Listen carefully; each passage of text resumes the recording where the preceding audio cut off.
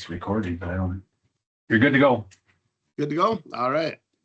We will call the February 11th Highway Committee meeting to order at 8 o'clock. Roll call. We have everyone present. Approval of minutes for the January 7th meeting. Need a motion. Make a motion. Boom. Well, second it. Is there any corrections or additions? If not, all in favor, aye. Aye. Any opposed? Same sign. Motion passes. Public comment, anything, Dustin? No public comment. Nothing for me, so staff reports. I will turn it over to Brent. Okay, well, currently it's been, we had a busy January also with the snow and little skiffs that we had, but it slowed down here a little bit. We had that cold stretch. So not a lot of plowing as of the recent couple weeks. But we know it'll hit again. We currently have been, since we've not been plowing, we've been currently hauling chips from the Haas pit to Menominee. Most of those chips are in Menominee. Now we are hauling to O'Galley. And I'm hoping by, if everything goes all right, midweek next week, we'll be done hauling in O'Galley. And we have, like I said, we have a little bit Menominee left. So we get 3 rounds to O'Galley, and then we drop our last one here, and that gets them out of here about right at the end of the day. Otherwise, we'd have to find them something else to do. They only made 3 rounds. They'd never make 4 down to O'Galley. So, other than that, we are currently brushing out on one of our projects we're going to do this summer out on N by Colfax, south of Colfax. We also have been doing some brushing on some state roads this week. Some trees that have been needed to be taken down for years. Finally got the okay to do it. And there are some other culverts or scoping projects on the state that's coming out this year, this summer, that we're out brushing around the culverts and box culverts and getting all that stuff taken care of so they can get in there decent. Other than that, we are keeping busy. I know Dan's probably going to go into it. Some of my guys changed some lights out in the shop yesterday. They've got plenty more to do. I'm sure Dan will tell a little more about that, but that definitely helped out in the shop area.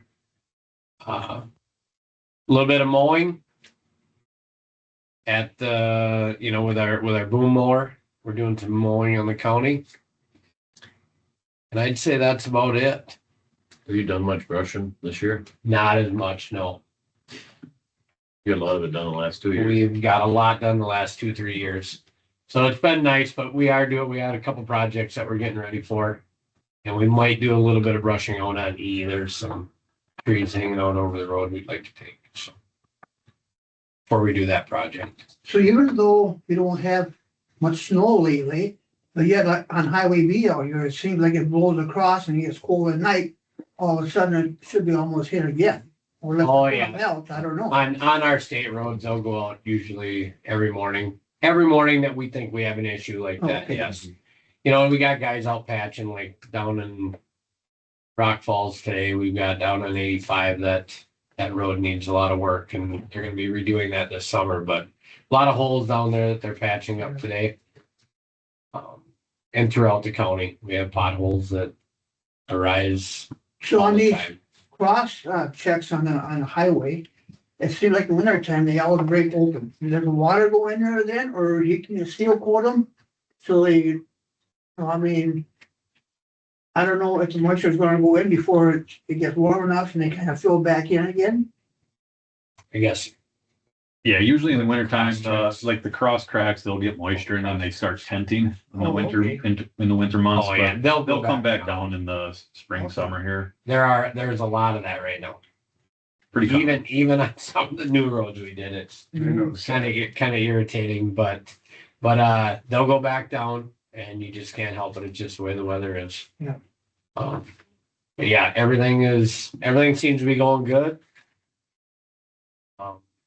We do have one opening on our side right now, so I know that it's out there and applications are hopefully coming in, Saw that on Facebook so yesterday, the day before. Yeah, I think they posted it on Monday here. hope to fill our spot here soon. But other than that, things have been going pretty good and got through that cold stretch. That was kind of a bear. But any questions? And I'll add to it, so obviously the frost depths, so I asked Brent to let us know what the frost depths were, so we have, monitors up on Ridgeland at 25 and Y, or V, I mean. Then we have one down by Dunnville area, down by 25 and Y. So as you can see, there's 46 to 57 inches of frost in the ground in the roadway. Now that's in the roadway, which is probably a little bit more since this was taken on early February here. That was last week. Yeah, which I'm assuming is pretty close to what we have today. I wanted to run some 2025 December winter maintenance costs because obviously 25 in December was very, very expensive. So as you can see, combined total county and state, it cost us just over $1.1 million to complete the winter maintenance costs in December, which is exponentially higher than what the average is. On the county system, on average, we probably spend about 350 to maybe 400,000, and as you can see, that was almost 650,000. So on the county level, so considerably more than what our average is, and hopefully we can see that number come down. January, I would say, was more average, and so far in February, knock on wood, we're doing well. So it put a dent in our maintenance budget for winter maintenance, as you can see. So Can I ask, is that, I know there's kickback from the state or for the state highway system, right? yeah, On the state side, yeah. we bill the state for the work that we do. Yep. So in that cost that you have for the state, is that after they paid their share or whatever? They pay 100% of that. Okay. Yes. Yeah. So we typically bill them about a month or two after it's completed. Gotcha. So yeah, those top costs will be. So the county's cost isn't 1.13 or No. whatever. It's It's 659,000. Okay, thank you. But does that money then come out of like maintenance or like road projects? Say that we're maybe $500,000, we spent more than what we planned on. Does that come out of the Yeah. So projects or? it can be done two different ways. I mean, we can use our fund balance to recoup that, or we would have to adjust our projects, any type of maintenance, road construction projects to make up that difference if we do go over budget. So two different options. Yeah. So I guess, Dan, you wanna lead into the shop operations? Sure. Well, as normal, we're doing the routine maintenance, and small repairs. We haven't had any real major repairs, at this time. We have installed some GPS units in a few of our trucks, that we're gonna have up and working here to demonstrate and see how they're gonna work. A lot of it'll be that it will give us telematics on our truck, so if a check engine light comes on, we can look at it right here in the shop, and then we know whether or not truck has to come in right away, or if they can finish out today, which would be kind of nice. And there's some forward-facing cameras that we're trying out too, just to see how it's along with that system. And it also supposed to integrate into our MDSS units, so they can for that unit for the state. So we'll find out the next month here how things are working with that. We're all fully staffed now, and he's working out real well, Josh. And so we are getting a little more work done on the plow trucks. The first one is getting, quite a bit along. We're just about ready to send the box down to Universal for paint, and we'll get the second one in. Doesn't look like we'll get them out for any snow. The plows and the wings haven't came in yet. A little bit on delay, but anyway, we wouldn't have probably got them done that far anyway, but we should get them done for spring, no problem. And the triaxles, they're 2 triaxles. And then Dustin was talking to about and Brent about the cold we had there in January, like the week of the 20th or somewhere in there it was. And we haven't been curtailed for probably, I don't know, 3-4 years for sure by Excel. We're on a curtailment system where we get, I believe it's 10 cents a therm off from our normal cost. You know, to be able to switch over, we have LP tanks out there to be able to switch over those LP tanks and use those for heating. But when we do that, we have like an LP mixer, or some people call it evaporator, where we pump the liquid out of them LP tanks into this machine, and it changes liquid into gas so we can burn it just like the natural gas would, you know, so you don't have to change any of your heating things. It worked good for a day, and then it bothered, and you know, we had issues with it.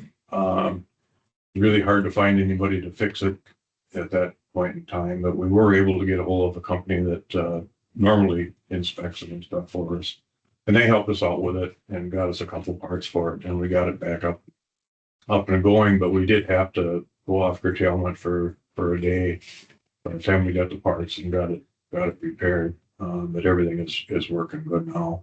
So it was a little stressful during that little bit of time. We had some alternate heat stuff to keep it from freezing. We are currently, like Brent has said, we're changing the light bulbs out as many as we can. The main shop, we changed a bunch yesterday, and we want to do the parts room too, and the tire room. We're changing it from the normal fluorescence to LED fluorescence, or no, not fluorescence, but the tube lights is a better way to say it. And they're a lot brighter than the old lights. And besides being LED, we should say it's on energy on too.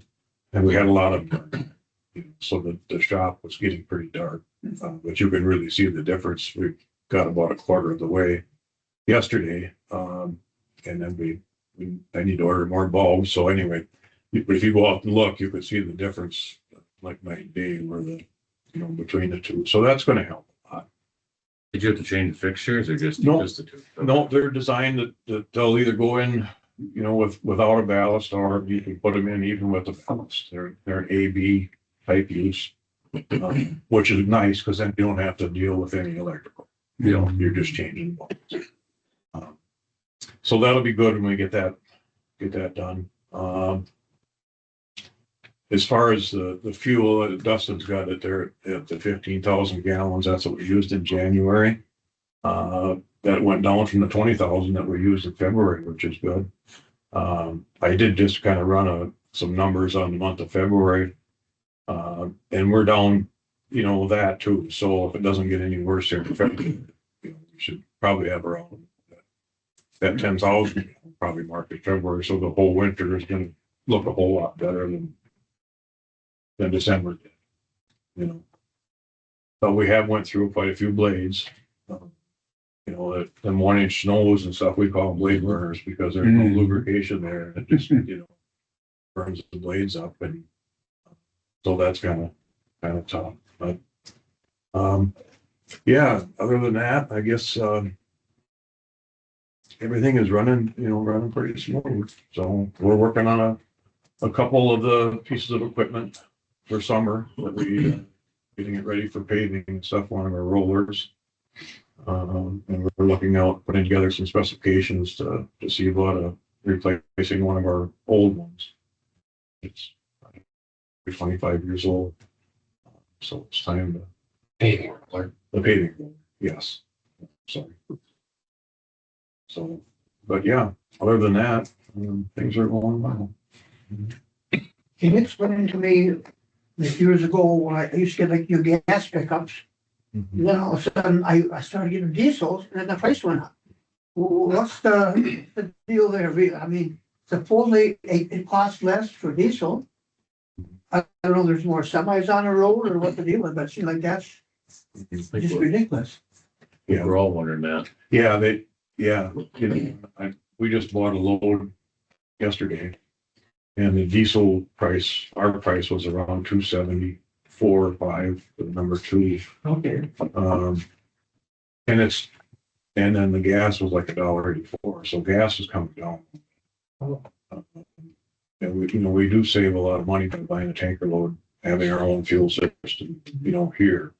But yeah, they've got diesel fuels, $1 a gallon higher than gasoline, which really doesn't make a lot of sense. No, And it's costing everybody because everything you buy is truck. Right. Yeah. It used to be the exact opposite. It used to be the exact opposite. Diesel was. That's why though, they have to have it to move our stuff around, so. It costs a lot, so. Yeah, I wonder the same things. Hmm. But at least we're getting by a little cheaper by having our own fuel. So, at least here. so are we saving money by the price going down, like in February then, you got a load in compared to last year quite a bit, or at least it helped a little bit for December. Yeah, I mean, anytime you can get lower fuel costs, it's gonna save money. I didn't see where we were at, but what I can't if you want to know what it was, but prices year to year. It's a big cost. You guys got any questions? Questions? I might walk out and see the lights. Yeah. Yeah. Well, if there's no questions, we'll move on the agenda. Yeah, thanks. Just give you some engineering project updates. So the Boyceville Salt Shed, that is completed by the contractor, their portion. As you can see, there's a picture of it, fully assembled. Staff here are going to be paving the asphalt inside the building and outside of it to match in sometime this summer for a final completion. So I drove through there the other day and swung in there. And took a quick peek at it. Good. Little steel sliders on it then? the doors, Yeah. yep. So yeah, that was a change from what we've done in the past, but so the DOT is requiring that if you do not have a door assembly on that end, you have to tarp the salt. So it's like, well, you're kind of defeating of having a shed. So Yeah, no kidding. so we elected to put a door on this one. Going forward, that's probably what we'll be doing with future sheds. But it does add a cost. I think just that full outside assembly is, I think, about 18,000. Yeah. Adds up. 18,000 for just the doors? The door in that end section. Okay. So, I mean, the DOT is paying 100% for this project once it is completed. So, Yeah. either way, it still comes from us taxpayers to pay for it. So, the B-1778 County Road D Red Cedar River Bridge. So this is a project that's scheduled to take place this summer. So it's going to be a mill of the existing deck, some abutment work, approach work, and then there's going to be some scour countermeasures put around the piers because there is undermining of the pier columns in the water. Bids were accepted here in, I believe, November, what I have. So low bid came in $122,000 over the estimated cost and what was allocated for this project. So we submitted a change management request to the DOT for additional funding, which they came back about 2 weeks ago and denied it. DOT currently is not going to be approving change management requests if a project is more costly by unit pricing. So the contractor just basically is, there's no scope change of the project. They're just, the project cost just came in higher. They're not going to be currently accepting those change managements for additional funding. So that 122,000 is on the hook that we at Dunn County have to pay. Unfortunately, obviously that was not budgeted. project is going to take place. We unfortunately, if we don't do the project, that cost is going to go higher. I've asked the DOT, and that is basically what happens if you do not do the project and delay it. Project cost will go higher from what they are seeing. So that's something we're going to have to adjust. Like Dan mentioned before, that's the reason why we have fund balance. Prime example situation like that, unaccounted expenses that we have to tap into our fund balance. We can either do it that way, or we can obviously cut our costs somewhere else. There might be some cost savings throughout the year on projects or maintenance costs. So we will monitor it. Obviously, when we do our few projects, we'll monitor if there's any cost savings. But I wanted you to be aware, we tried to do a change management and unfortunately got denied. Similar situation with the County Road P Irving Creek Bridge. So that's a complete reconstruction of this bridge. The project scope is to remove the existing bridge. It's about a 30-foot span bridge, and put a double box culvert in. The unfortunate thing is bids came in January, and that one was also overestimated cost by $68,000. So we're seeing an uptick in costs for these particular structures. We have not I take that back. When I put this together, I submitted a change management request last week. So the DOT gave me confirmation yesterday that they submitted it down to Madison for a possible approval or denial. We don't know at this point in time. This particular project did have a scope change when we put the original estimate together. We put in a cost for a single span bridge, and what is being proposed is a double cell box culvert. With that being said, costs have increased because of the double cell box culvert. There's more concrete, there's more rebar, there's more dewatering. There's just more work to be done when you have a structure of that magnitude. So we'll be waiting on that. But as you can see from the previous, we can't say that this is going to be, we don't know.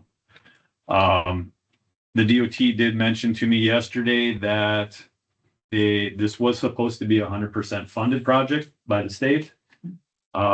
With the change management request, they would only do an 80-20. So if it is approved, we would have to pay 20% of that $68,000 if it is approved. So I just wanted you to be aware of that. So more information to come on that. The P17-936 County Road Q Wilson Bridge project. So that's a project just north of County Road or State Highway 12 in Knapp.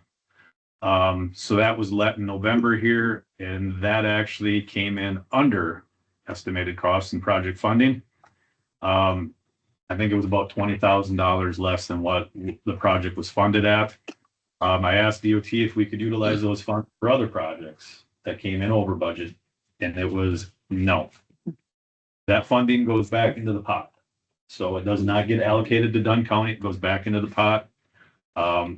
Not to say they can't take that, put it in the pot and give it back to us for the change management request on our other projects. But I just wanted to know how that process worked. So that project is scheduled for this summer. Larson Contractors is the prime contractor that was awarded on that project. The County Road D 816th Avenue to 620 or 622nd Street design. So that's from the Tanner Town Hall to the what we call the high bridge up there on North Tanner Lake. So consultant is currently designing that project. We are looking at obviously widening the shoulders, improving the infrastructure. There is a box culvert bridge structure that is going to be replaced just south of 850th Avenue. That's very deteriorated. So we're currently in the design. The unfortunate thing is there's a lot of wetland on this project. With that being said, we're looking at dividing the project into two projects. If we keep it into one project, there's going to be a lot of wetland impacts, and we would have to possibly purchase wetland through the DNR.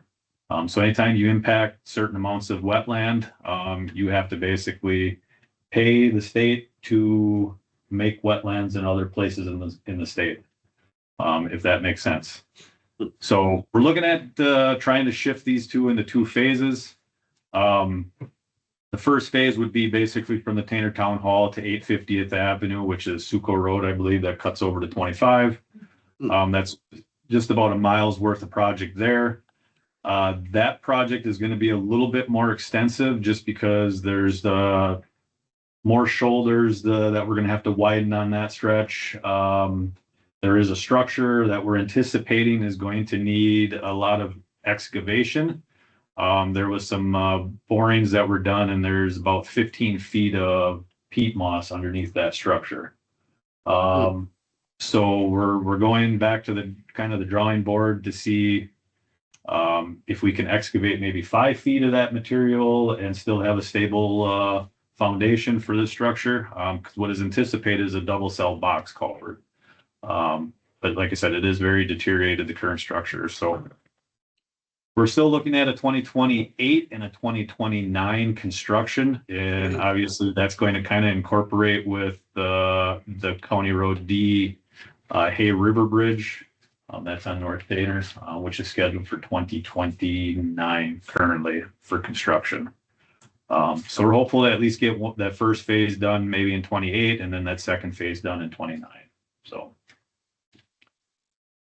the Cedar Falls Dam project. So I met with Excel Energy, an individual from Excel Energy regarding the Cedar Falls Dam project. So this is a project they're going to be basically redoing the spillway at the dam over the next 5 years. So what they were telling me is there's estimated 50,000 yards of concrete that's going to be hauled into that project. Obviously, the Double B Cedar Falls Bridge is weight restricted, so they can't come in that way. So they're going to be utilizing County Road B to Double B coming in from the north side. If you take 50,000 yards of concrete, divide that by about 8 yards, that's what gets put on a truck. You're looking at about 6,200 truckloads of material coming to that facility. This poses a huge issue with one of our projects that was scheduled for this summer. So we were going to do that 1 mile stretch of Double B. And unfortunately, we were going to replace in kind. We were going to grind it and relay it. With this amount of traffic on it, I do not foresee that being the best choice is to grind and relay that project. Like I said, this is going to be their only mode of route to get into that project. They have talked to Town of Red Cedar about utilizing 730th Avenue during the time when we were scheduled to do our County Road Double B project. But obviously they want to keep those weights and vehicles off their local system as much as possible too. So I don't know what we're going to do. I don't want to invest money into a roadway that's going to get destroyed in the next 5 years. It just doesn't make sense. So there's options. What we're looking at possibly doing is, I don't want to keep tapping into our fund balance.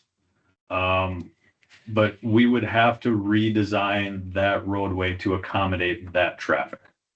We were currently scheduled to put 3 inches of asphalt on it.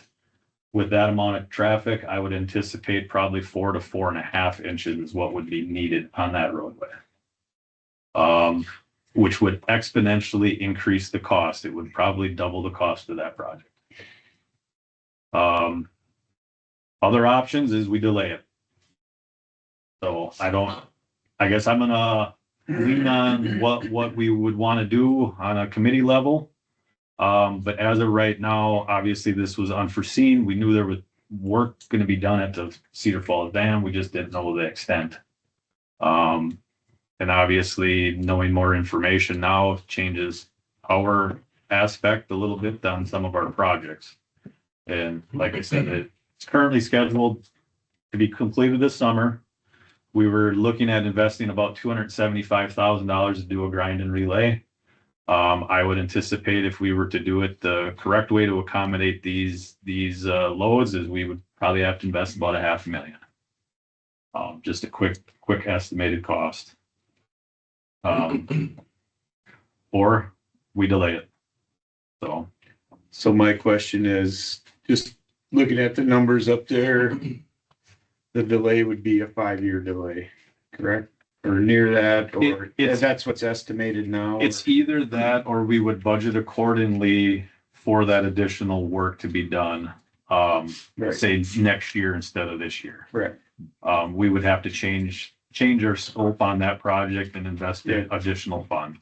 The way it's looking right now, the timeline of the project has to change one way or the other, either put it, In my opinion, we have to figure out how we can incur all that cost and right now, right? So, it's a large sum of money to try to recoup on other project costs or reduce our maintenance costs. Can it be done? Yes. Right. It would just impede some of our maintenance items. with, I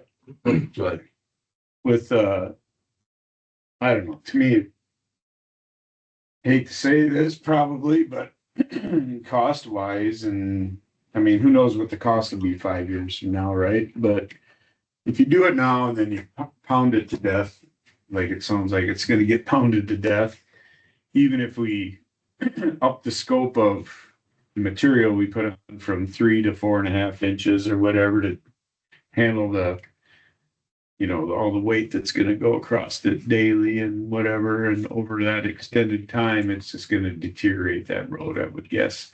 So to me, it's like pound the old one and fix it a little bit here and there as we need to, so it services our people that, live out that way and have to drive on it all the time. And I mean, well, I do, but I don't care if a cement truck hits a pothole, but I care more that our citizens aren't driving in tons of potholes and stuff. And, if we can fix it along the way a little bit without, I know there's a cost there too. I get that. And there is possibility, like, let's say if it gets to the point where it gets very deteriorated, we can maybe throw some thin overlays or something on it just to extend it past that 5-year period. Right. I just know, obviously, I on a personal level, I just hate seeing investing that amount of money into something that's, is going to get potentially damaged. Well, I live there, so if anybody wants to fix, I'd want to fix more than anybody, and I'm all for beefing up a road. I would rather spend a little more and build them well, but even if we do that, it's still gonna get beat to heck, and then we're not gonna have as good a road when we're done. So my thought is to leave it, let it get pounded because it's already obvious. Well, to me, it's gonna not be what anybody wants for 3-4 years or whatever this project's gonna take. And maybe you can put the heat on them that, hey, we want this done in 4 years or something, because of our roadway, but to do it now, beat it up so the life of the road, ends up only being a 15-year life, and then we have to do it again because it got so pounded down. Well, and it's not even like the main, there's places to go around it. You can get around it, so it's not like everybody has to travel that. They can go one way or the other. And the roads, when you drive down there with the truck, it is rough, but it's not like potholes and stuff like that. It's heaves and stuff. So I say we just let them pound it and we'll fix it when they're done, I guess. Try and budget it for when they're done, unless something happens where they make a deal with the township that they can go down that road and they'll pay to fix that or something, would be, in my opinion, would be a lot. It's my understanding they're going to use 7/30th at times. And what they were looking at is when we would do our double B project.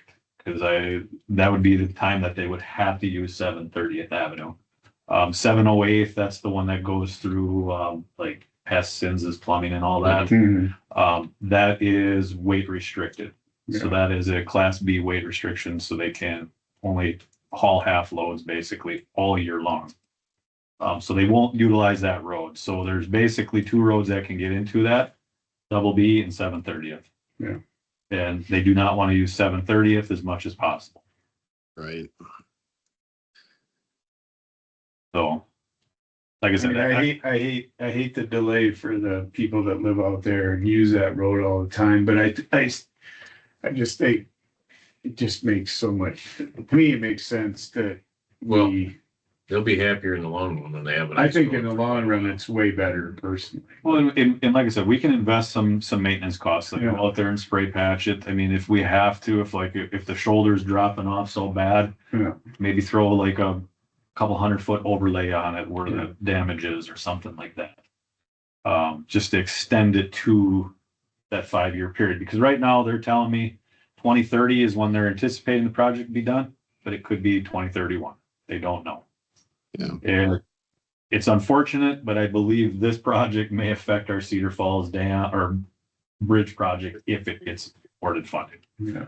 It's going to be a lot of work in one area, and obviously get both entities to work together is going to be a challenge. But that's if that project gets awarded funding. So would that road then go from like the lake all the way out to where the dam is? Is that what we're talking about for Double B? Just so I know do you know where Steyer's farm is? Yeah. So basically from that point south towards Cedar Falls is the route that they would be taking, And they'd go from there all the way down to where the right to bridge the is? dam. Yep. Okay. And they know that they can't cross the dam or the bridge. Hmm. They are well aware of that. So within the 20-ton weight restriction. So the other question I have is, when we get these samples back for projects, is that done by somebody else or is it done in here? Because, It's done by a third party. okay, So the engineering firm that's actually designing that hires a consultant to perform that work on their behalf. oh, okay. Yep. Maybe they can kind of raise their price a little bit and so we're in compliance with the state then, because the state has to over it, right? Sure. Sure. Yep. Like where, Yep. So I guess the consensus is that we'd like to see the project be like delayed and monitored is basically what we're looking at. Unfortunately, yes. And like I said, we're not gonna let the road Right. go. I mean, obviously, we'll still have to maintain it and maybe stick a little investment money into it to bring it up to par at times. So, yeah, that's good information to know. So, summer road projects. So obviously there's if some of you may not be aware, but Highway 25 is getting redone this year, from I-94 all the way up to County Road D. So that's going to be a mill and overlay project, as well as State Highway 40, all the way from Elk Mound, all the way through Colfax is getting redone. So that is a very, very extensive, large project. Mhm. That is another mill and overlay project. And then there's also a structure that's getting replaced just north of County Road B on Highway 40. So that road will be shut down, I believe, for a period of time. I don't know the details of it, but there'll be a project, public info or pre-con meeting prior to this project taking place. So we'll get more information. Where's that located at? You're talking the structure? On State Highway 40, just north of County Road B. There's I think a box culvert there, I believe. Oh, is I that the one that before you go through Yeah, Make right before that the first turn. curve. into Colfax there? Cross is trail Yeah. cross, and there's a billboard sign there.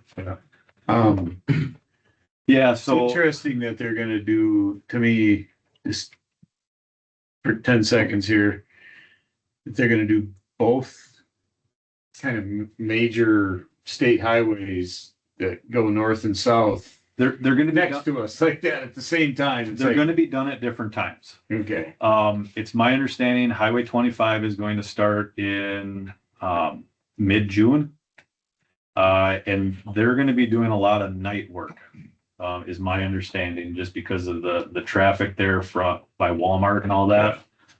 So that's gonna have to be, I thought he said the first, half mile or something is gonna have to be done under night. So they're construction. gonna do 94, so they're gonna catch that area through that one, that last stoplight leaving town from 94 through there. Yep, basically from the That's like a, that's like overhead a, bridge. it's like a lumber truck wagon trail anyway, right? That's a drag strip there. Yeah, it is, yeah. But I didn't put on here, but also State Highway 85 is going to be done this year down in Caryville. So that's all the way from County Road O, that's west of Rock Falls, because O comes out twice on 85. It's the western portion of it, all the way to Eau Claire County. So that's going to be a mill and oil project. And they also have a structure that's going to get replaced just west of H. That project is getting let here today, I believe. It's today the 10th and 11th. I think it got let yesterday. So there's a lot of work in Dunn County taking place this summer on the state. That's going to affect the plants, the asphalt plants. As of right now, mid-June to mid-August, Monarch has already told us that we will not be able to get their plant here in Menominee. That affects a lot of our projects. So we're going to be kind of scrambling, working with them. And obviously, we still have to bid our asphalt materials. So we can't say Monarch's going to get the bid for our asphalt materials. But looking back historically, they're the only ones that have ever bid. So we're assuming they're going to get the bid for asphalt, and it is going to be a major scheduling nightmare this summer to get our work done. We've thought about maybe coming down the Eau Claire plant, but obviously, State Highway 85 is taking place. So we'd have to go all the way to Highway 37, back down to 85 just to get to that plant, because they will be shutting that road down. It's my understanding Highway 10 through Mondovi is going to be the alternate route for the majority of the summer. So Yeah, it's not only probably material costs, but getting it moved. It's gonna be. yeah, Eau Claire's plant is usually about $5-6 a ton cheaper than Menominee's, but obviously it's a lot longer haul. Right. So, but yeah, So, was there ever any, I thought one time we talked about a roundabout. Yep. Out there on 25 going west. Is that that's not part of this project? it's not part of this project, but it is going to still take place. I believe that's scheduled for 2030. For both County Road double B intersections to have a roundabout. Okay. So yeah, that is not part of this project, but it will be taking place later in a few years. So I just wanted you to be aware it's going to be a scheduling nightmare. We've tried to put a lot of our project scheduling. We've been shifting some stuff to kind of incorporate their schedule, and not looking forward to it. So I just when I met with Excel, they sent me this photo, and I thought it was really neat to see. So in 1934, there was a great flood in Dunn County. I don't know if probably none of us were here. But that's the Cedar Falls Dam, and that was the original Cedar Falls Bridge before it got washed out. The current one that's there now is the bridge that's Been there since. ever since. Yeah. So as you can see, that I thought it was really neat. So I was just like, I got to show you guys this. So Cool. 100 years, yes, it's exactly. dangerously close. So like I said, the current bridge that's been there has served its purpose in life. So that's what needs to be done. And I laugh because half the bridge is gone, obviously, and there's a guy standing there, and I was like, it won't get me on that bridge the way it looks. Oh, He swims well. Yep. He was a good swimmer. But I know there's That's awesome. I never noticed we that. have a picture up there of Irvington Bridge. That bridge is completely underwater for 1934 flood too. So, so that it's my understanding it happened on March 26th, I believe it was, and this picture was taken on April 6th. after the actual major flood levels were at its highest. So that just shows you that. So, like I said, I thought it was a great piece of history, and I was like, I had to show you guys that. If you so. look here, you can see that it was up there. Yep. And this particular bridge is not in the same place as the current one is. So this Right. one was actually upstream, and as you can see, this was the highway that comes down to it, took a Yeah. 90. So that the entrance that goes into Excel Dam. Right. Yeah. So, Yeah. like I said, it was really neat to see that. So, little piece of history. Moving on, the Wisconsin Geological Corps sample at the Finder Quarry. So I was approached by the Wisconsin Geological and Natural History Survey Department from University of Wisconsin-Madison. They were looking at getting some data in Dunn County of rock depths, bedrock depths, and they do a lot of these samples typically in quarries. Obviously, just because of the ease and accessibility to it. So they approached me and asked if it was a possibility of taking a core sample at our Finder Quarry, which is out in the town of Lucas there off of Highway 29. What they propose is they take a core sample about 550 feet in depth. And as you can see, they take all the samples and kind of just lay them all out and figure out what type of bedrock is at different layers. They're looking at the possibility of doing this here in June. It would take about 2 weeks. All reclamation, whatever they disturb, they clean up. That's basically the operation. This is what they sent me photos of what they've done in other counties. But all this information is good information, and it will be presented to the county. And they really they say a lot of these quarries actually like this data because it'll tell you how hard the rock is and stuff going down underneath your quarry. And they really, you get all that information for free. So you know what depths you can go down and what the type of material you'll be getting. So, I just wanted to present that to you guys, just to let you know what's going on. I was all in favor of it. I didn't see any reason not to do it. And they showed me a sample of their information that they get. They put a whole big packet and stuff together, and Be good to know. I just didn't want to put 500 pages of a packet together in our agenda.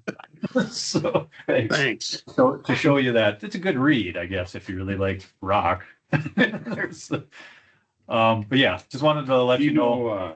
Do you know when this? Which say June? They said early spring, but in their email it said June. So June to me is not early spring, but I don't know.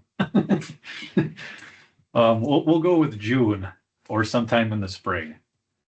Sounds Yeah. good. Administrative charges. So we talked about this last month. The administrative costs, and how we do things a little bit differently than other counties do. So I had Joy basically print off our 2025 administrative charges versus actual costs. As you can see, we had a budget shortfall of about $80,000 in our administrative costs. Going back to what we discussed last month, we currently charge the state the administrative rate, that 4.3% administrative rate. That is the statewide average. So all counties have to basically present all of our administrative costs to the state, and then they come up with a average state rate that we can charge the state. We can either charge the average or we can charge what our actual percentage is, and ours is usually right around that 4.5. But we have the ability to charge the average. So that is what we've elected in the past. We charge the state and we charge our county projects and maintenance projects. So we charge ourselves with that administrative cost as well. We do not charge the municipalities directly. let's say.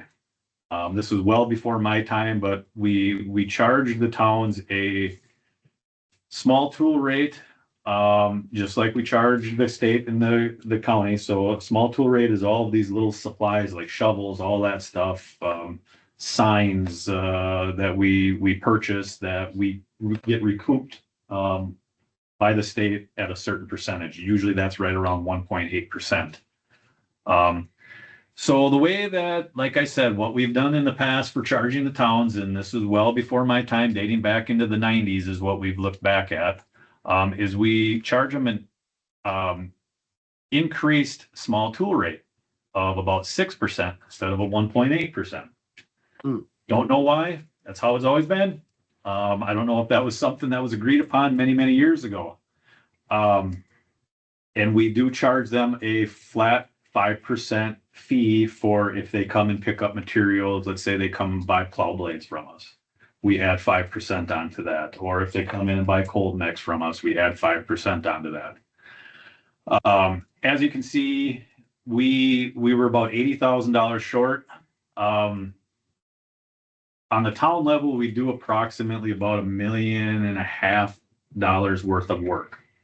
So if you would take that $1.5 million and multiply it by that 4.3%, 4.36%, I think it comes out to about $60-some thousand is what would have been charged to the towns. Obviously, the small tool rate is kind of a goofy situation. It's only charged for the labor and equipment. It's not on the materials, if that makes sense. So where you would see the increased administrative costs is if we would do a paving project or stuff like that, where there's material costs, like asphalt materials. That's where your administrative rate costs go up. I just know on an accounting standpoint, what we're doing is not the proper way of accounting. What I have also mentioned to the towns already that we are looking into this. But what I feel we need to do is we need to do a uniform consistency across the board, as a proper financial practice. We would charge the towns that same 4.36% for administrative charges. We would eliminate that 5% handling charge, and then we would reduce the small tool rate down to the normal small tool rate. That we charge the county, we charge the state, just to be uniform, consistent. I do know it's a nightmare for Joy, for her year-end reports to decipher all that. She's got to take, it's a nightmare. Let's just say it is not a proper way of doing things. In the long run, it's not going to affect the towns unless we are doing like paving projects and stuff like that. That's where you're going to see that. But if we're not charging them the 5% and a smaller tool rate, I think it will equal out and balance it. For if they're buying materials and stuff like culverts, and all this other stuff, that they come and get from us, it'll balance it out. But that's what I was proposing is we would just be uniform, consistent throughout.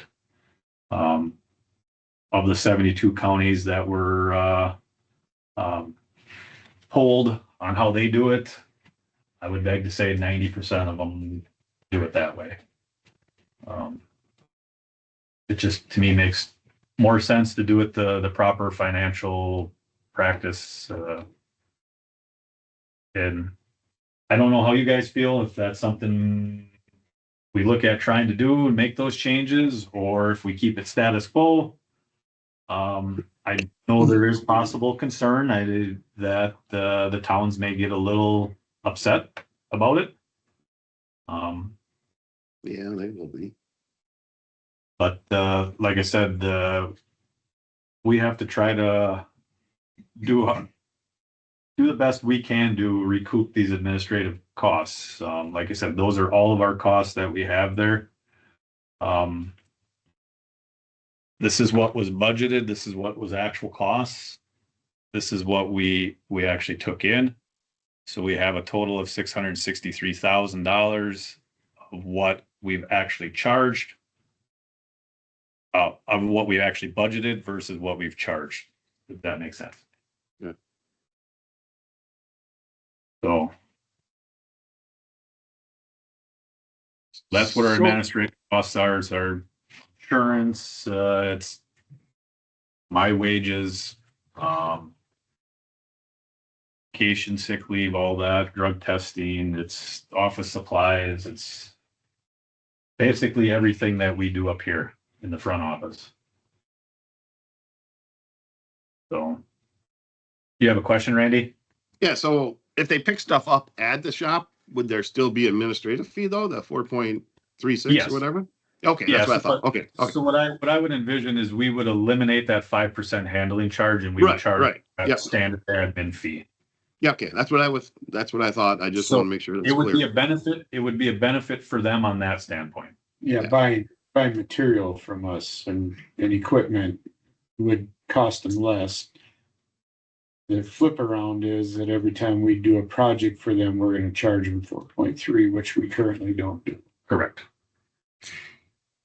And like I said, So where that's there is gonna be a chance for that to kind of self-wash out, or that, there might be a year where it's not in their favor, but the next year could be in their favor or something like that. yes, I don't know.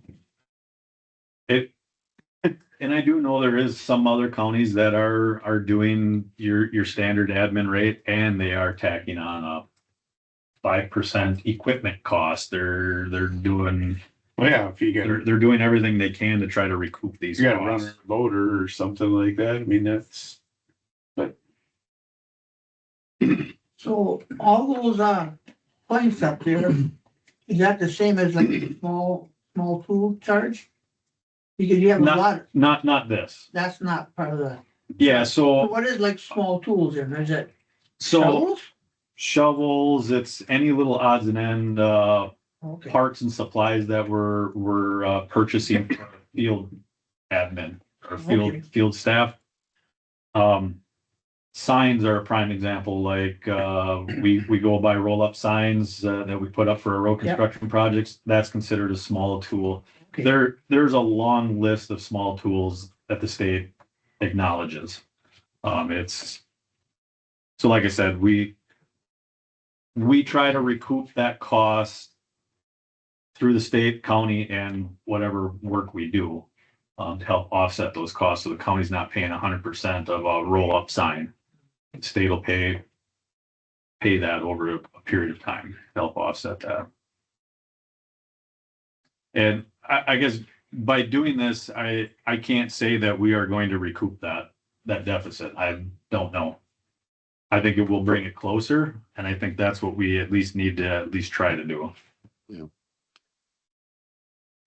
Yeah, I don't think the townships are gonna like it at first, but I think they can get used to it too. I mean, when we give them a price, they know there's gonna be a 4.36% charge on top of whatever, so it's workable. I know they're not gonna like it, but I think it makes a lot more sense on the bookkeeping, so. Yeah, and I believe Joy told me the admin rate for 2026 is 4.63, I believe it is. 6.3, okay, sorry about that. Went up from 4.36 in 2025 to 4.6. Yep. I believe it is for 2026. But they can still add that onto the cost. They know what it's gonna be, so. Yes, yes. And like I said, we're not the first county to go down this path. I talked to the highway commissioner in Pierce County. He said they did the same thing and they switched to administrative rates for the towns. He said there was a lot of at first, but he said There will be, it became the norm. right. So.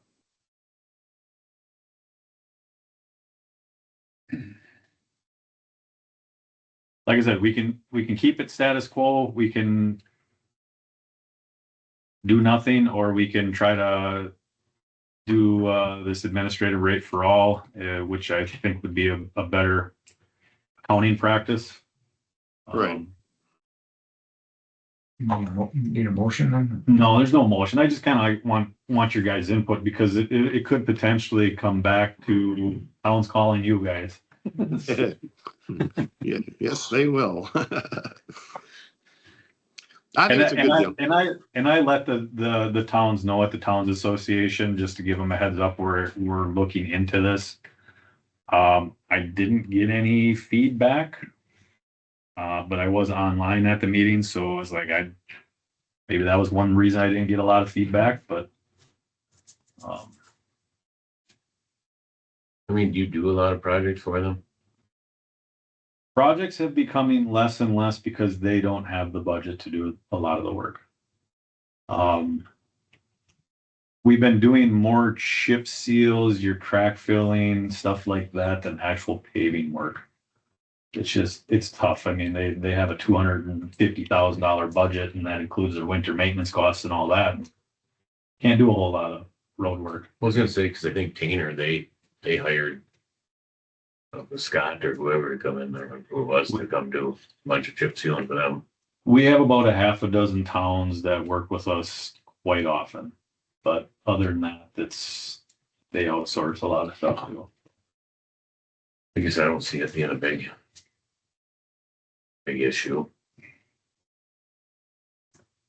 I mean, like I said, we can switch to it, see how it goes. We can always make some adjustments. Yeah, I think so too, you know, that if it's gonna create an easier way to do our administrative side of things, I mean, keep track of our costs better, I mean, that's where we're at. I mean, that's kind of gotta be the practice now, so. Yeah. So I guess, somewhat of the consensus is we would go to the straight admin rate, across the board for all entities then. Like I said, we would eliminate that 5% handling charge and then go back to the same small Yeah. tool rate that Yep. we charge everybody. That makes sense? Yep. Okay. Perfect.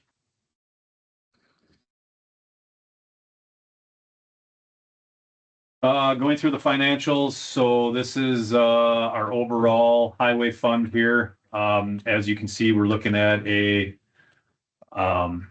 slight budget deficit for our CIP requests. So that's our purchases of our equipment. We're about $10,000 over budget on that. Looking at our 7,100, like I said, that's our overall budget. We're looking at a budget surplus of about 2.3. But just remember, our equipment we purchase comes out of that fund. Yeah. So we're allocating 1.5 in 2025. We're going to be allocating 1.5 in 2026.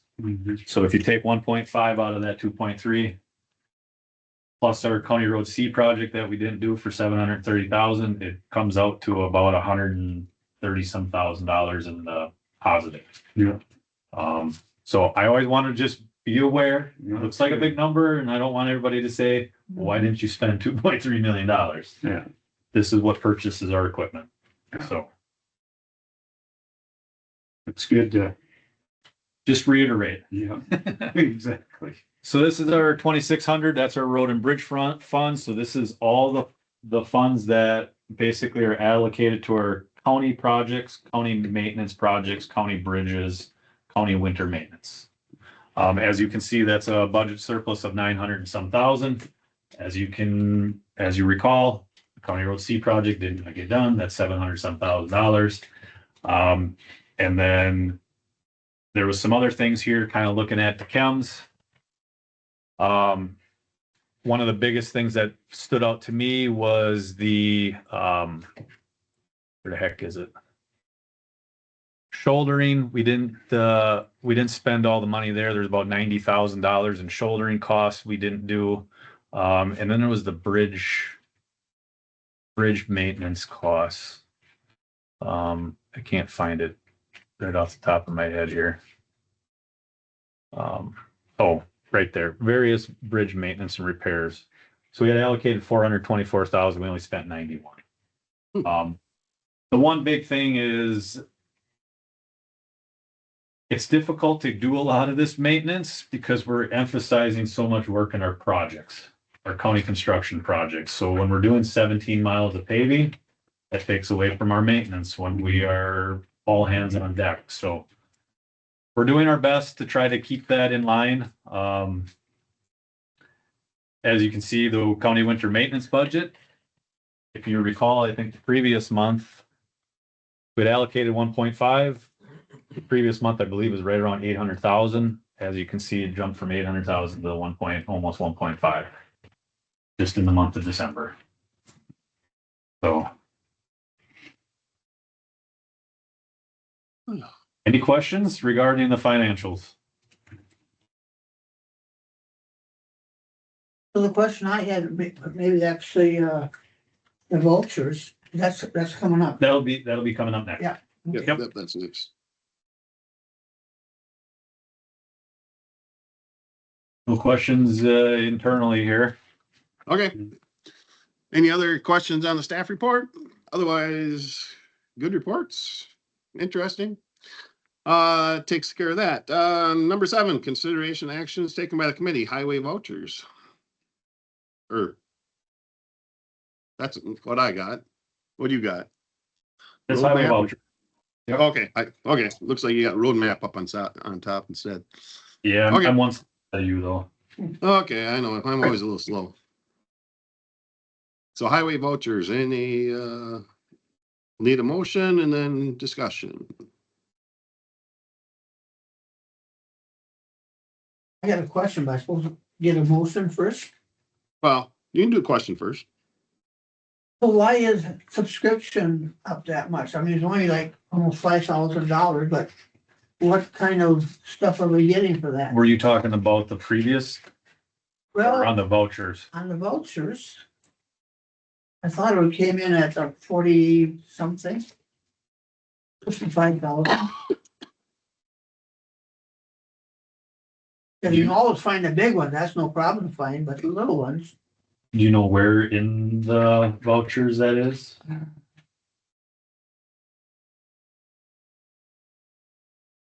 there must be no questions like that. Oh. 2 year. Subscription, thought that was kind of high, but you get a lot of magazines or hear that? No. I don't know if that's some. So obviously we have software that we utilize in the shop, Okay.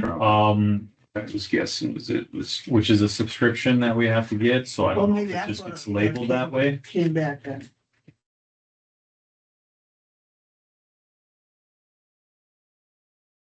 they're not getting field and stream.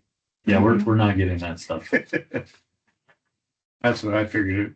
When I see subscriptions, that's what I'm thinking. It's actual Yeah. computer subscriptions for Okay, well, for maybe that's what it programming was and then. stuff like that for Right. whatever, whether it's the subscription to run the computer system on the plow trucks or whatever. So I think what you were looking at is that admin costs, And how much was that then? $4,700 Yeah, that's what- $59. I just took that as magazines coming in or whatever you use. Yeah, so that it's not magazines. So like our software program that we have for the shop, Yeah. for our fleet maintenance program, that was right around that $4,000 a year, I believe it is. Oh. So that's where those costs are. Okay. Yes, it's not because we're getting Field and Stream magazine or anything. I'll make a Sure. motion to accept the vouchers. I'll second that motion. Motion's been made and seconded. Is any other questions on any of the vouchers? If not, all in favor? Aye. Any opposed? Same sign. Motion passes. 7B, 5-year road improvement plan for 2027 through 31. Yeah, so I put in your packet as well as on the TV screen here. So our proposed 5-year plan, very difficult. I always call our 5-year plans a 2-year plan. Yeah. It's changed dramatic with our road infrastructure and costs and all that stuff. But obviously it's great to look forward. So looking at what I've tried to do here is obviously we have 425 miles of centerline roadway miles. Trying to get to that 25-year lifespan of a roadway. So to do that, we need to do about 16, 17 miles worth of paving every year. So that's what I was trying to do here is just to put together roadways that add up to that basically 17 roads. So every year is going to be a different cost just based on the extensive amount of work that goes into it. And as you can see, the lane miles down here in 2031 gets to be less. I don't want to get anything too set in stone. Yeah. 5 years from now, just because it's like things change dramatically. Well, then you have to, you get a tough year financially, we have to back off the miles, and now you got to figure out where that goes, and that may push it back 4 or 5 years. Yep. To fix that road that needs to be fixed. And Yep. I think it's good. Yeah, in some of these overall costs, they're costly right now. So if you look at like 2028, what's being proposed is $6.8 million worth of work. As you can tell, that County Road B project, we applied for potential grant funding for that. So that $2.6 million cost estimate, we might only have to pay $400,000 if we were allotted that project. So that's where those costs. There's no STP funding. There's no LRIP funding for those projects outside of 2027 and 28 currently.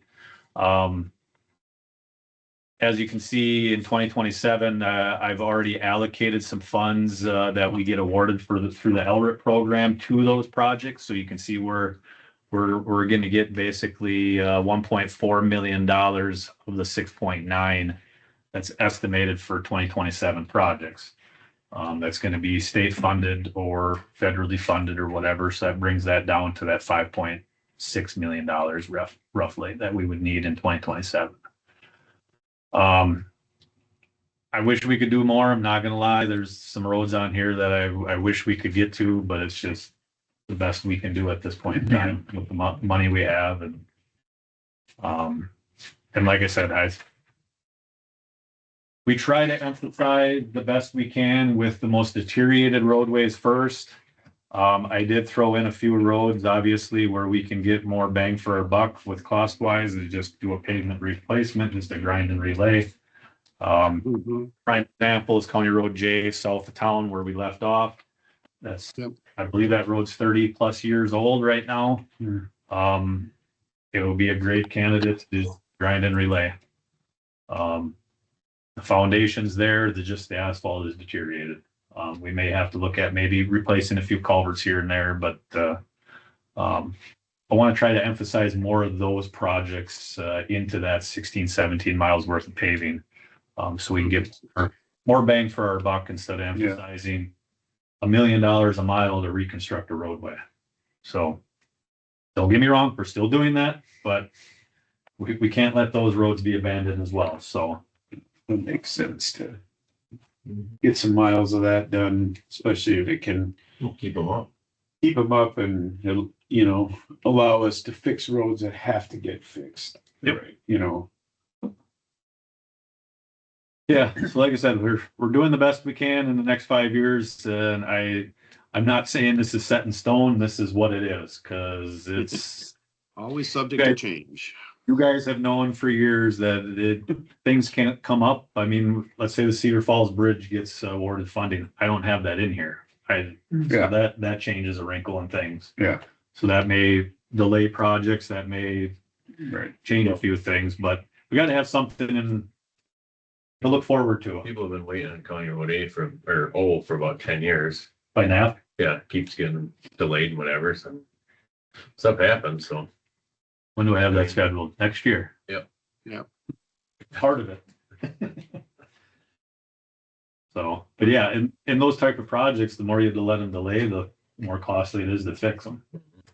Well, you end up going from potential overlay that could be 15 to 20 year road, good road again to complete replacement, you know, that's, yeah, huge money. All right. So we need a motion to accept this. I'll make a motion to accept the proposed 5 year capital road bridge improvement plan, 2027 to 31. I'll second it. Motion been made and seconded. Any other discussion of the proposal?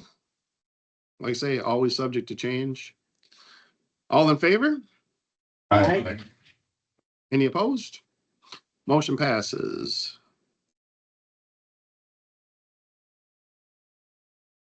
All right, next will be the 5 year equipment plan for 2027 to 31. So yeah, as you can see, this is even more challenging than trying to put together a 5 year road plan. Who would have ever figured that, right? Just with the cost of this equipment is ridiculous. I mean, our plow trucks are basically taking our entire budget. And it's unfortunate. I don't know. I was even debating whether we go back to single axle plow trucks, but there's not a whole lot of cost savings with that either. I mean, you're still looking at $300,000 for a single axle plow truck now. It's unfortunate. We're at the mercy of what this equipment costs, and wish we could do more. I get a lot of grumbling from our staff that we need to do this, we need to do that. But like, we also need to have plow trucks. That's unfortunately what we're here for. We're here to maintain our roads winter and summer, and we need the equipment that is utilized the most is our plow trucks. They are dual purpose. We've elected to go dual purpose. They're triaxles in the summer months hauling material, and they're triaxles in the winter months plowing snow. So we're looking at trying to keep it around that 1.4 to 1.5. Dan and I and Brent, we sat down, we kind of put a wish list together, let's just say. It's tough. We are looking at maybe doing some rollouts here of those quad axles, so we can get some return. If we can sell them sooner than later, we can get some good trade-in value. So we have 5 of those quads, and they are run a lot. I mean, right now they're hauling chips in the winter. They're going to be hauling all summer long. So if we can incorporate those at like next year, we'd be looking at getting 2 out of the 5, maybe replacing those. Instead of trying to go from 3 plow trucks a year to kind of keep that 10-year lifespan is what our goal is. There's years we're going to have to maybe only get 2 plow trucks. Might be a year we only get 1 plow truck. Yeah. The cost of this stuff is astronomical. Some of the stuff we may not be able to buy new. In particular, graders. I mean, just as you can see, back in 2030, a grader with equipment is $400,000. That's probably going to be cheap in 2031. So, I have talked to staff about, do we need 5 graders? Do we need 3 backhoes? Do we need all this equipment? Dan and I in particular were looking at maybe doing some 5-year planning on our backhoe situation. We have a large backhoe, we have 2 what I call medium-sized backhoes, and then we have a mini hoe, and then we have a rubber tire backhoe. Not all of it can be used at once. So we were looking at maybe we invest in a smaller mid-sized backhoe with rubber tracks on it, and we eliminate our rubber tire backhoe, and maybe a medium-sized backhoe, and we can incorporate 1 backhoe and get rid of 2. If that makes sense. More dual purpose. So that's what we're looking at. Grader wise, I've already made an executive decision. We don't need 5 graders. So eventually, when we get rid of them, we're not going to replace them. I do believe, obviously, we need to have a number of graders. We can't just get away with one. I would say that good number that I feel is about 3 instead of 5. But at the end of the day, you still got to replace those 3 graders. Every one of our outline shops has a loader. Those have to be replaced, and obviously we just bought one this last year for $250,000. So it adds up very, very quickly. And the unfortunate thing is when you run this equipment into the ground, you don't get any return. So I would love to sell everything on a 10-year rotation if it would be that great, but we have equipment that's 25, 30 years old, and that's unfortunate life. But like I said, this is the most difficult process, is to try to come up with a plan for it, because we don't have the funding to replace what we. Is there, probably a dumb question, but is there any like piece of equipment that would could work, could make sense maybe to lease when you need it? Yes. So for example, a back, okay, just gonna pick that. I don't, I know one of the problems with leasing is you have to plan ahead, so you have the piece of equipment when you need it and stuff like that. But I don't know, maybe there's no cost savings to basically rent it. I do believe there is a piece of equipment that can be done, and we currently are doing that. So we, instead of owning a chip spreader, we rent St. Croix. Instead of owning a screener for screening salt sand, we rent it. A backhoe, like our largest size backhoe that we use for big projects, like if we're doing box culvert work, let's say we get 200 hours on it a year. Is that something we could potentially rent as needed? Absolutely. That's something we definitely can look into. How big is the big one? I can't even tell you.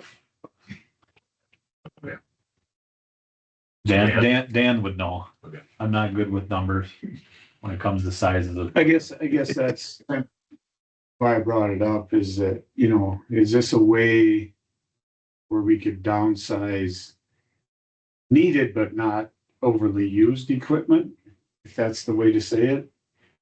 Put ourselves in a position where we could lease, and basically in the long run, maybe we could have that piece of equipment for 3/4 of the cost when that's all said and done. You know what I mean? Where it's not even on our property. You know what I mean? And we don't have to house it and, Well, I guess see the tires rot away and do the hot rod. Leasing versus renting are 2 different things. Yep. No, I know that. And that's why I'm not a big fan of leasing. That's just me. Yeah, because it belongs, then you have to house it and stuff like that. Renting it is more what I meant.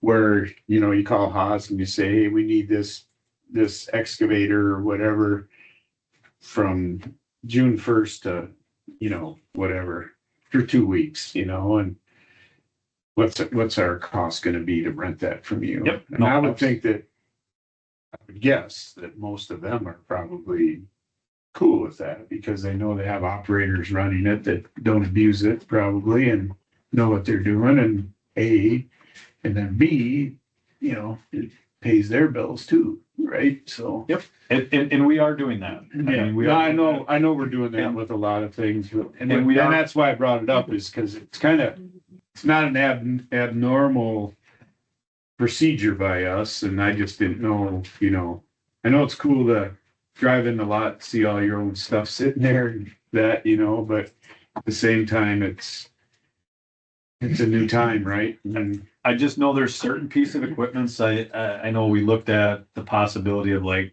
leasing or renting a tractor. For mowing operations. It gets to be so complicated, like you can only have so many hours on it. You can only put it's gotta stay on the roadway. If it goes off the roadway, I was like, No, yeah, there's so many stipulations in that stuff. I was like, we can't do that here. right. But I mean- if we could do it with some pieces of equipment that, I think a backhoe is a prime example, or a large backhoe. I think that's something we could rent as needed. Yeah. I don't feel we get enough hours on it to justify it. And like I said, that's something we can definitely. Dan and I have talked about it. Like, even your rubber track. Yep. You know, your rubber contact pieces of equipment, you know, they seem very specialized, you know, and does it make sense to own something like that if renting is even available? I mean, there'd have to be some groundwork done to be like, I mean, we can't be putting off projects and stuff because we can't get our hands on these pieces of equipment, but so you'd have to know that going into a final decision, but. and the advantage we have is we have a lot of dealers around here Yep. that have. Yep, that's what I mean, we do. I mean, just down the road is exactly. quite a few of them. Yeah. So. All And yeah, right. definitely exploring that. We're definitely looking into that. Because like I said, I feel we do have equipment that does not get utilized enough to justify owning. So, All right, let's, need a motion on the 5-year equipment plan. I'll make that motion. One second. Motion been made and second. Any other discussion? If not, all in favor? Right. Any opposed? Motion passes. That's it for 7. Number 8, consideration of resolutions ordinance to be recommended to the county board. 8A, resolution 2025-2026 budget carryover for the County Highway C construction project. You want a motion or do you guys want some discussion? Motion first? Pretty simple, straightforward. Yeah, make a motion to accept it. I'll second that motion. Motion been made and second. Any discussion? If not, all in favor? Aye. Any opposed? Motion passes. 8B, resolution legislation request for a long-term sustainability for highway funding.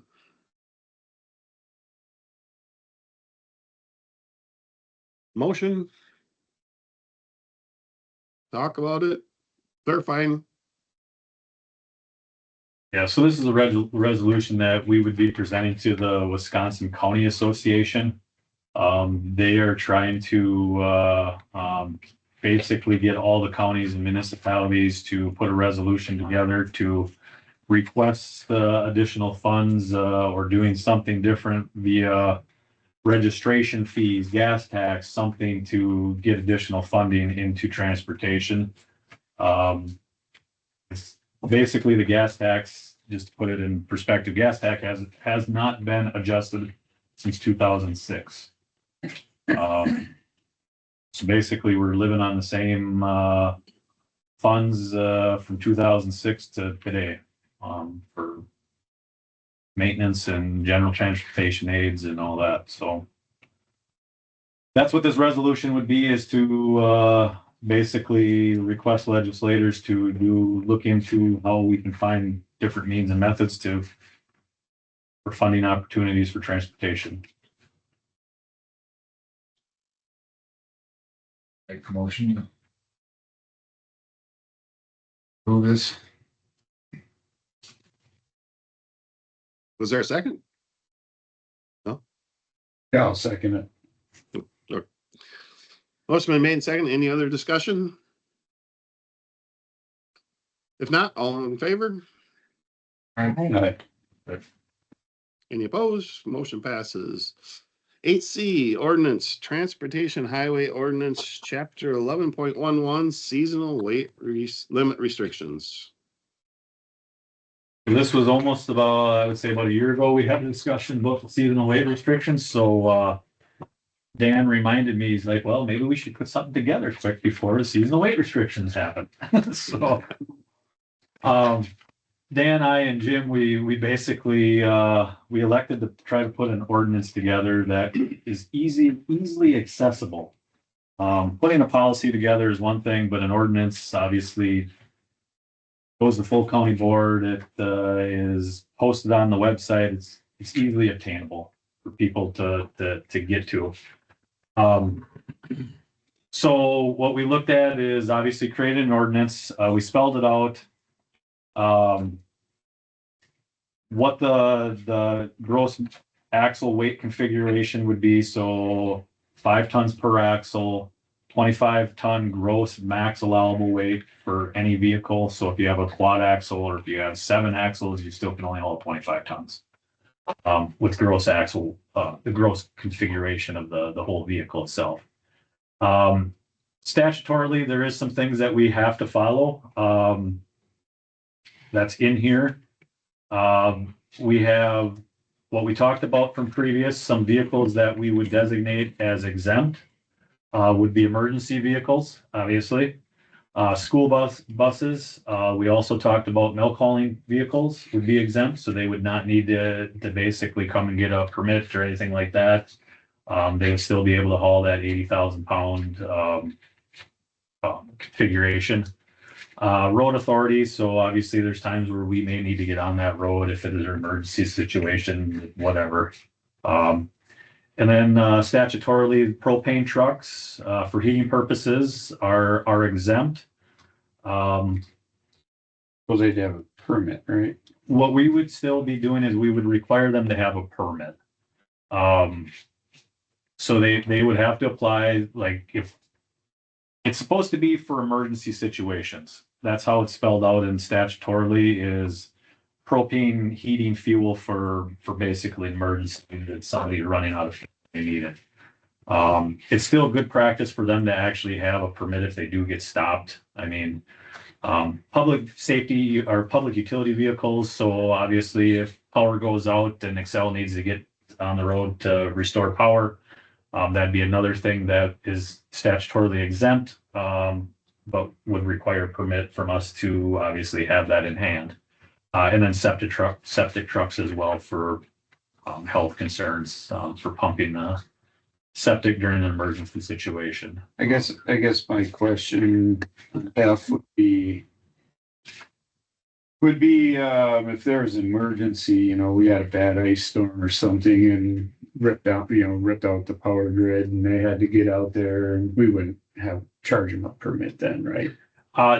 Those For would not, emergency reasons? yeah, so those would be exempt from the fee. Okay, Those statutorily gotcha, exempt vehicles. gotcha. Yes. And I believe that's spelled out somewhere in here. But if I live on a restricted road and use propane and the price just got good and I want to order propane, and then that propane dealer would have to get a permit to come in, dump it for me. But if it was an emergency, wouldn't have to. They would still have to come and get a permit. Okay, Yes. gotcha. Yes. And the permitting process, I tried to make it so I don't want to have every permit come to you guys. I just think that's a waste of your time. Yeah. For somebody to come in and get a permit, I'd have to wait another month just to get it approved or have a special meeting. I don't think that's warranted.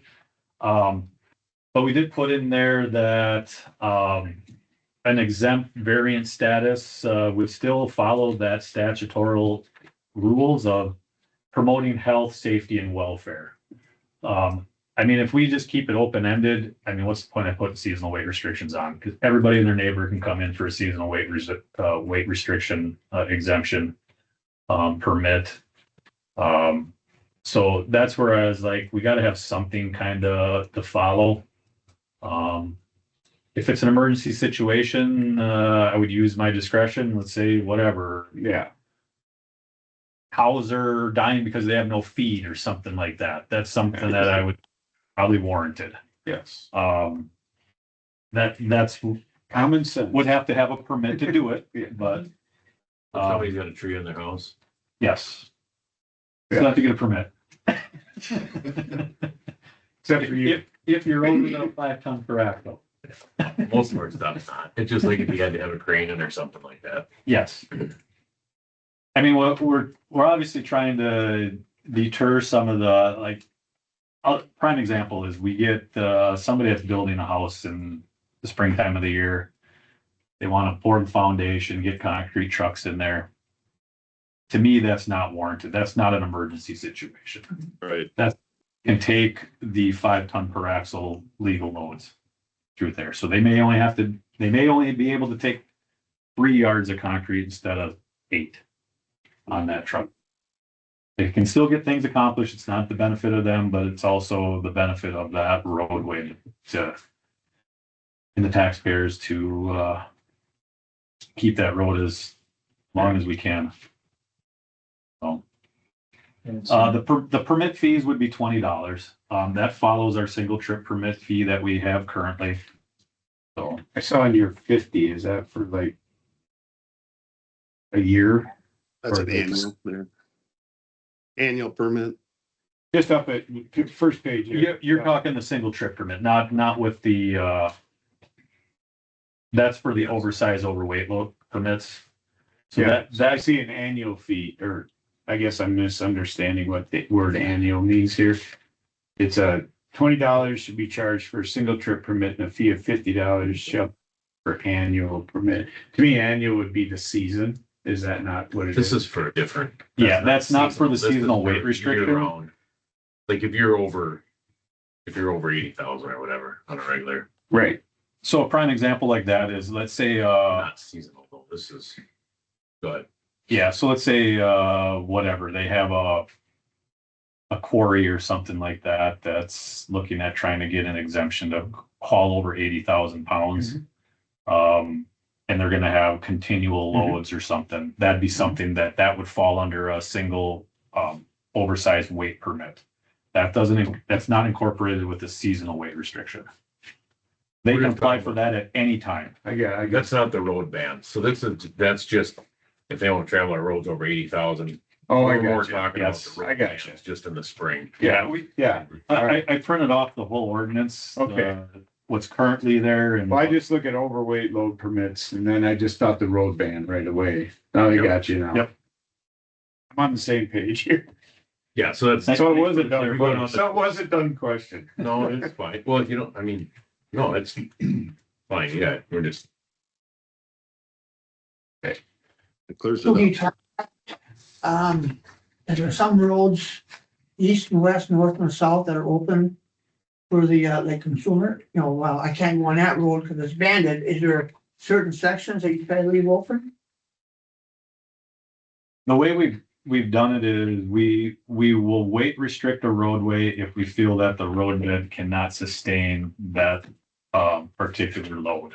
Okay. The road is just not built for those accommodations.